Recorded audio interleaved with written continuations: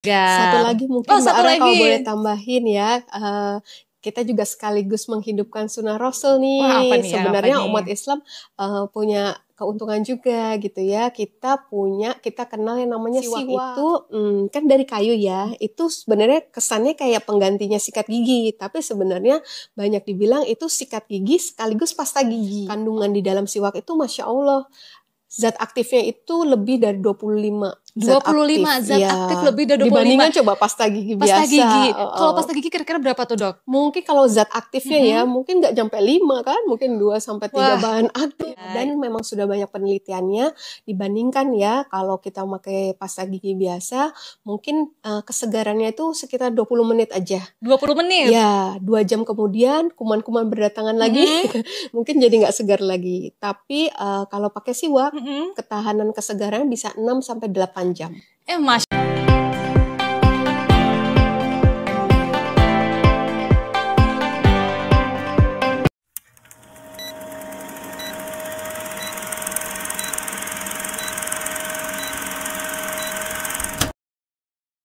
Masya Allah, dokter. Ya. Assalamualaikum, dokter. Waalaikumsalam warahmatullahi wabarakatuh. Gimana, dokter kabarnya? Alhamdulillah sehat, Mbak Ara sehat? Alhamdulillah sehat, dokter. Masya Allah. Dokter, boleh dong sapa-sapa dulu nih, sahabat cinta Quran sudah bergabung.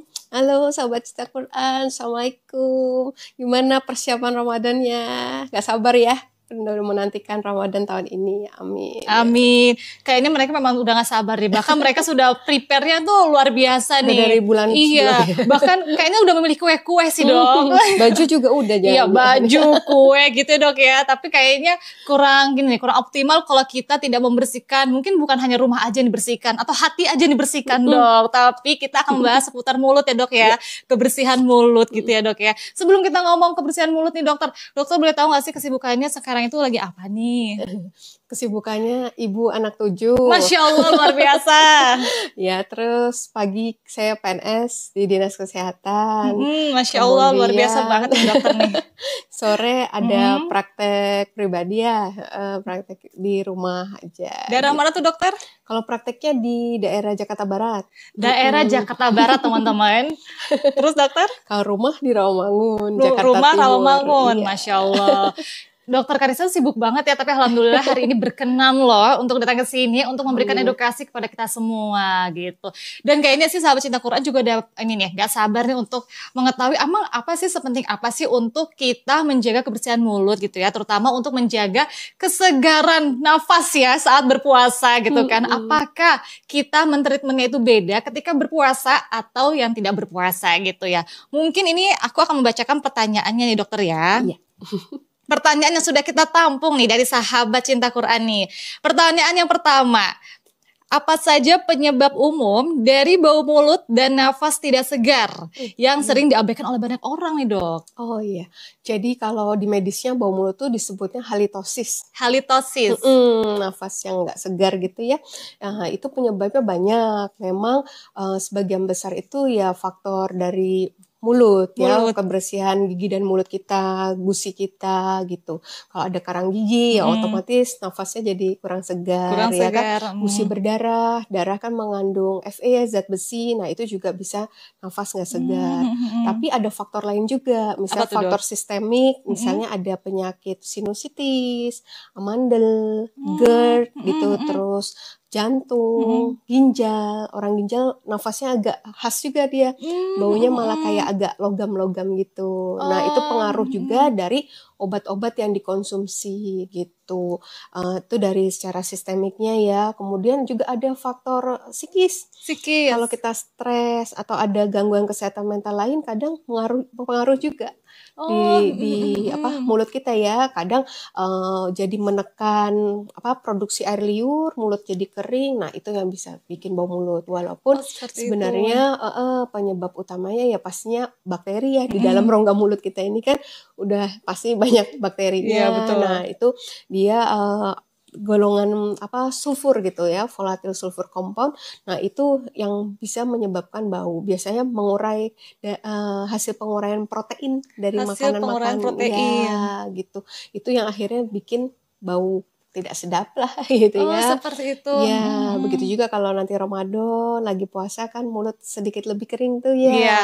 Produksi air liurnya berkurang. Nah, itu biasanya ada gitu. Walaupun katanya kan tapi di Wangi. sisi Allah Iya, di sisi Allah itu wangi kasturi ya kalau nggak salah ya. Masya Allah benar, ya. Masya Allah. Tapi kan memang kita harus tetap menjaganya ya dok ya, merawatnya ya. Betul. Nah kalau di bulan puasa nanti gitu ya dok ya, ada nggak sih makanan yang memang harus dianjurkan untuk mempengaruhi nafas kita tetap segar gitu dok? Ya, nah tadi kalau misalnya untuk menjaga kesegarannya itu karena sama balik lagi faktornya juga jadi banyak karena penyebabnya banyak. Nah, cara merawatnya juga banyak. Yang pertama pasti ya tetap menggosok gigi kan gitu ya. Walaupun puasa nanti selesai sahur kita sikat gigi gitu. Sikat giginya dengan cara yang benar gitu ya. Kadang udah bilang udah sikat gigi dok gitu. Cara yang benar itu bukan gini ke samping gini tapi adalah dari kalau atas gigi atas dari atas ke bawah. Dari atas ke bawah. Jadi dari arah gusi ke gigi gitu. Karena gusi itu kan kayak kantong. Kalau kita ke samping kita malah masukin makanan. Termasuk juga ke gigi bawah masukin ke bawah. Tapi kalau gigi bawah kita angkat seperti ini gitu. Dalam kita angkat gitu. Dalam atas kita angkat gitu. Yang boleh kayak gitu-gitu yang tempat ngunyah, daerah kunyah. Tempat ngunyah aja ya. Ya betul. Nah itu sikat gigi aja cukup nggak? Kalau boleh tambah lagi, kalau ada yang mungkin pakai braces ya, yang pakai behel itu bisa pakai sikat yang interdental, yang kecil-kecil, karena yang di balik kawatnya itu dia nggak terjangkau dengan sikat yang biasa itu. Dan kita juga kalau ada yang giginya agak bertumpuk itu harus pakai floss, jadi biar lebih bersih. Iya. Seperti benang itu ya dok benang ya? Gigi betul, gigi. Dental floss seperti itu, pakai sikat yang interdental, pakai sikat lidah. Orang suka kira cuma gigi aja yang dibersihkan, padahal sebagian besar bakteri tadi banyak kumpulnya di permukaan lidah bagian belakang. Nah, itu jarang terjangkau kan. Nah, itu sebenarnya sering yang bikin bau mulut di situ gitu. Jadi penting banget menjaga kebersihan lidah ya. Nah, bisa pakai sekarang banyak tongue scraper buat bersihkan itu yang kayak bolongnya ada bolongannya gitu. Ditarik seperti itu di lidah kita atau pakai sikat gigi bisa, tapi udah dibersihkan pasta giginya gitu. Jadi kita bersihkan itu pakai pembersihkan lidah. Kemudian kalau perlu pakai obat kumur yang bebas alkohol ya. Supaya nggak, kalau mengandung alkohol memang kayaknya segar, tapi udahannya biasanya malah jadi kering. Iya betul. Nah itu kalau bisa ya non alkohol. Kemudian juga tadi perbanyak, kalau ditanya makanan apa yang perbanyak, yang kayak buah dan sayur. Buah dan sayur ya, ternyata. Karena itu merangsang produksi air liur. Jadi jumlah produksi air liurnya tetap gitu ya, nggak berubah walaupun kita sedang berpuasa, termasuk juga konsumsi airnya. Walaupun berpuasa bukan berarti masukan cairan kita itu berkurang gitu. Pakai prinsip kan kita 8 gelas sehari kan. Iya betul, 8 gelas sehari. Nah kalau kita puasa tetap bisa 8 gelas sehari. Biasanya orang aturnya 2 saat sahur, 4 yang setelah 2 juga deh waktu berbuka, kemudian 4 lagi itu yang dari buka ke sahur. Gitu. Dari buka ke sahur. Iya. Sahur 2, buka puasa 2, nanti setelah dari berbuka sampai ke sahur dapat 4 gelas. Jadi tetap dapat 8, nggak berkurang gitu. Jadi tetap 8 ya, hanya kita aja nih bisa mengaturnya nih. Jangan sampai malah 1 aja, 1 air putih, 7-nya air buah. Air buah-buahan yang sirup, cendol, Masya Allah luar biasa. Dan kalau tetap 8 ya. Sama mungkin kita kurangin yang makanan yang beraroma kuat ya. Kayak bawang putih, petai, jengkol kalau mau nafasnya segar gitu ya. Kopi juga kalau mungkin merokok kalau bisa enggak, karena itu sama, rokok juga bisa mengurangi produksi air liur. Nah itu bisa bikin nafas juga kurang segar gitu. Oh seperti itu. Jadi yang hobi pete atau hobi jengkol atau bawang putih mungkin bisa dikurangi nih, atau mungkin selama puasa untuk yang seperti pete-petean ya, enggak dulu boleh dong. Apalagi nanti kalau misalnya ngobrol sama orang kasihan ya, kemudian jadi kok wanginya sedapnya kasturnya seperti ini ya gitu ya dok ya. Jadi bisa dikurangi dok ya. Tapi kalau misalnya untuk sayur-sayuran biasanya diolahnya seperti apa nih dok? Apakah misalnya kalau tumis-tumisan ini mempengaruhi, karena kan kalau tumis-tumisan lebih cenderung ke bawang putih ya dok ya. Apakah itu berarti juga akan nafasnya jadi kurang sedap ya dok ya? Iya, kalau berarti jangan dimasak tumis mulu, masa buka puasa tumis, sayur tumis kan jadi kurang enak ya dok ya. Lagi sholat raweh lagi ngomong amin, aminnya beraroma kan jadi kurang sedap ya gitu. Jadi kita harus perbanyak buah, perbanyak sayur, dan harus mengatur minum air putih 8 kali dalam sehari ya. Tadi puasa, tadi buka puasa 2, terusnya sahur 2, dan dari buka puasa ke sahur itu 4 gitu dok ya tadi ya, 8 gelas. Ih Masya Allah luar biasa loh. Itu adalah tips untuk tetap menjaga nafas tetap segar. Satu lagi mungkin Mbak Ara kalau boleh tambahin ya, kita juga sekaligus menghidupkan sunnah Rasul nih. Wah, apa nih, sebenarnya apa nih? umat Islam punya keuntungan juga gitu ya. Kita kenal yang namanya siwak. Siwak. Ada yang udah pernah cobain belum ya pakai itu? Nah. Wah, sahabat cerita Quran udah ada yang pernah coba belum nih siwak nih? Apalagi disunahkan sebelum sholat ya dok ya? Ya gitu. Jadi siwak itu kan dari kayu ya. Itu sebenarnya kesannya kayak penggantinya sikat gigi, tapi sebenarnya banyak dibilang itu sikat gigi sekaligus pasta gigi. Buat kita yang khawatir ya, nanti kalau lagi puasa, kalau kita sering-sering sikat gigi campur pasta, takut batal puasanya. Nah, siwak ini bisa jadi solusi karena kan tidak perlu pakai pasta gigi, tapi kandungan di dalam siwak itu Masya Allah, zat aktifnya itu lebih dari 25 zat aktif lebih dari 25. Dibandingkan coba pasta gigi biasa. Gigi. Kalau pasta gigi kira-kira berapa tuh dok? Mungkin kalau zat aktifnya ya mungkin nggak sampai 5 kan, mungkin 2-3 bahan aktif. Gitu. Sahabat, kalau pasta nggak lebih dari 25, mungkin tadi 5 ya? Iya mungkin paling banyak. Disunahkan banget ya untuk siwak nih, terutama untuk puasa-puasa ini, karena kan khawatir ya kalau pakai odol gitu ya, pasta-pasta itu ya, khawatir nanti batal nggak nih, tertelan nggak nih, biasanya kan itu menjadi pertanyaan juga dok ya. Nih kira-kira kalau misalnya kumur-kumur bisa kalau gosok gigi membatalkan puasa nggak ya? Nah daripada itu ada lagi pertanyaan ya dok ya, bisa nih pakai siwak, apalagi sebelum sholat ya. Jadi mungkin bisa dibiasakan sedini mungkin ya. Sekarang kita membiasakan untuk pakai siwak nih. Jadi udah terbiasa nih pas nanti kita puasa kita pakainya siwak gitu ya dok ya. Dan memang sudah banyak penelitiannya dibandingkan ya kalau kita pakai pasta gigi biasa, mungkin kesegarannya itu sekitar 20 menit aja. 20 menit? Ya, 2 jam kemudian kuman-kuman berdatangan lagi. Mungkin jadi nggak segar lagi. Tapi kalau pakai siwak, ketahanan kesegaran bisa 6-8 jam. Masya Allah luar biasa, 6-8 jam dibanding kita pakai pasta gigi hanya 20 menit. Ya. Tuh kan. Dan makanan yang tadi beraroma kuat, itu saya udah coba. Abis makan acar bawang merah kan tuh baunya lumayan tuh menyengat ya. Kadang kalau lagi nggak enak badan gitu kan, bawang merah tuh kayak hangat gitu kan. Makan acar bawang merah enak sih badannya, tapi mulutnya kan jadi nggak segar. Saya pakai sikat gigi biasa itu masih belum hilang bau bawang merahnya, tapi kalau saya pakai siwak baunya hilang. Wah luar biasa. Boleh dicoba ya. Mbak Ara.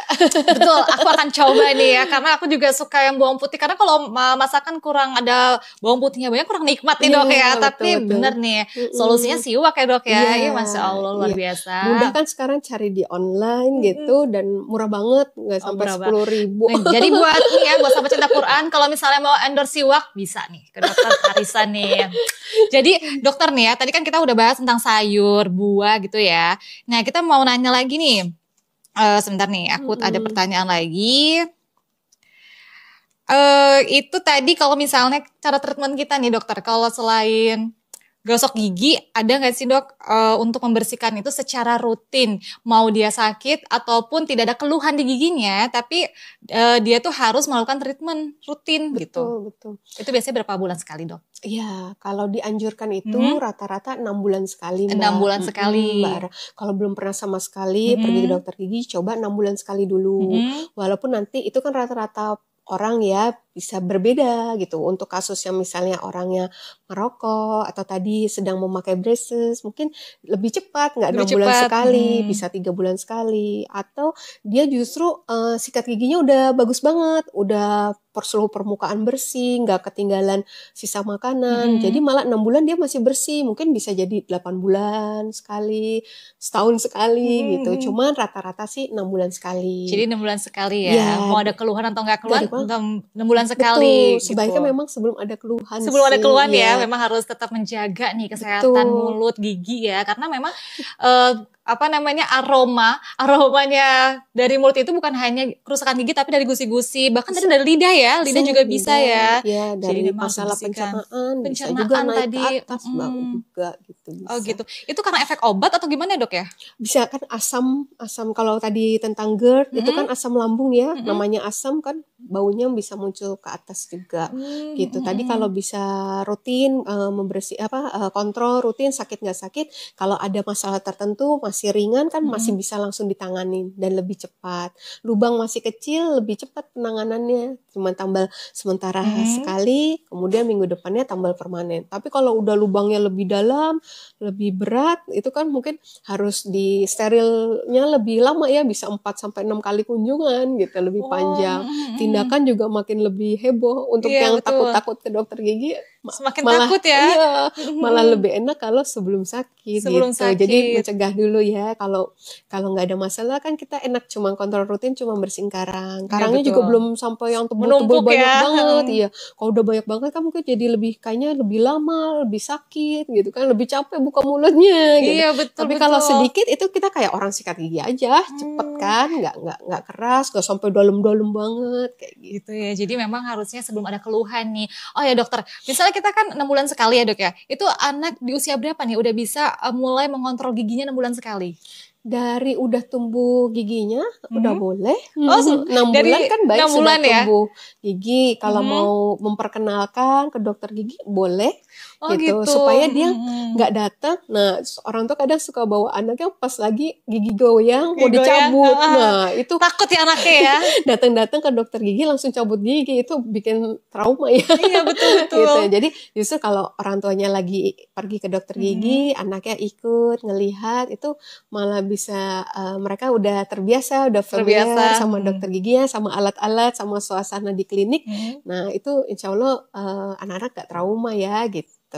Oh gitu, jadi memang sedini mungkin ya kalau misalnya anak ini udah tumbuh nih giginya ya, itu bisa nih langsung apa namanya kontrol ya ke dokter gigi ya, karena semakin dia sedini mungkin dia juga nggak takut nih sama bunyi-bunyi, kan biasanya kalau ke dokter gitu ada suara-suara menegangkan ya, menakutkan ya, padahal itu kan nggak sakit nih buat gigi ya, tapi kan namanya anak kecil ya dia takut, dia sedini mungkin nih, jadi kita nggak boleh malas ya untuk membersihkan gigi ya.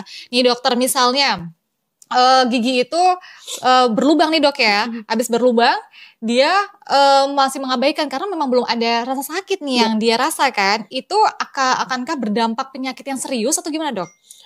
Ya sayangnya itu gigi tuh nggak kayak flu ya, self-limiting disease. Kalau udah nggak usah minum obat, yang Jadi penting sembuh. tidur aja, nanti juga sembuh sendiri. Kalau gigi enggak, dia harus dikasih tindakan. Bahkan kalaupun orang sekedar minum obat aja untuk mengurangi aja, itu nggak menyembuhkan, hanya meredakan sementara. Gitu, iya. Harus memang dilakukan tindakan, entahkah ditambal, entahkah sudah sisa akar berarti hanya harus dicabut gitu. Karena kalau enggak dibiarkan, dia perjalanan penyakitnya terus meningkat keparahannya gitu. Dari misalnya lubang nggak ditanganin, sakit sedikit, minum obat hilang sembuh, didiemin lagi. Nah, nanti dia terus dari permukaan gigi ya, mahkota ini jaringan keras gigi, dia turun ke jaringan penyangga gigi. Masalah di ligamen periodontal tuh kayak shock breakernya gigi. Gigi itu gerak Mbak. Kalau kita lagi ngunyah itu dia bergerak. Jadi emang dia karena dia punya shock breaker ya, kayak motor, kayak mobil gitu ya. Nah, itu bisa masalah di situ gitu. Kemudian juga bisa terus ke akar. Akar nanti kalau didiemin terus nanti dia jadi abses namanya, yang bengkak. Bengkak, minum obat lagi sembuh, bengkaknya hilang, tapi tetap nggak ditanganin lubangnya. Absesnya berkembang jadi namanya granuloma. Kalau di ronsen di gigi, ujung akar giginya kayak ada bulatan gitu. Itu jaringan infeksi ya. Nah, granuloma didiamin nanti jadi kista. Kista itu tadi jaringan bulat yang di ujung akar itu udah berisi cairan. Oh, tapi kalau yang tadi granuloma itu belum ada jaringan cairan. aja, jaringan infeksi. Kemudian kalau di kista nanti batasnya kalau di ronsen lebih makin tegas dan dia ada cairannya. Kista didiamkan lagi jadi tumor. Tumor di gigi ada. Nah, itu dia kerusak tulang ya. tulang di sekitar giginya. Merusak tulang loh ya. Iya, gigi ini kan tertanam di dalam tulang rahang ya. Tulang rahang kita kan tebalnya cuma segini. Kalau segini rusak, sisanya cuma 1,5 cm. Waktu makan keras bisa Hancur. resiko patah, retak. Iya. Aduh, ngeri Harus banget pasang dong sahabat. Iya, walaupun kayak kista atau tumor yang mungkin nggak seperti di tempat lain ya, di organ yang lain. Cuman ya itu khawatirnya kerusakan tulang yang disebabkannya itu bisa beresiko tadi. Bisa. Oh gitu.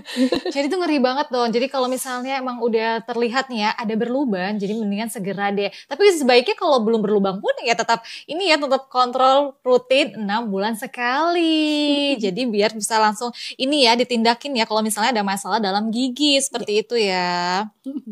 Nah ini ada pertanyaan lagi nih dok ya.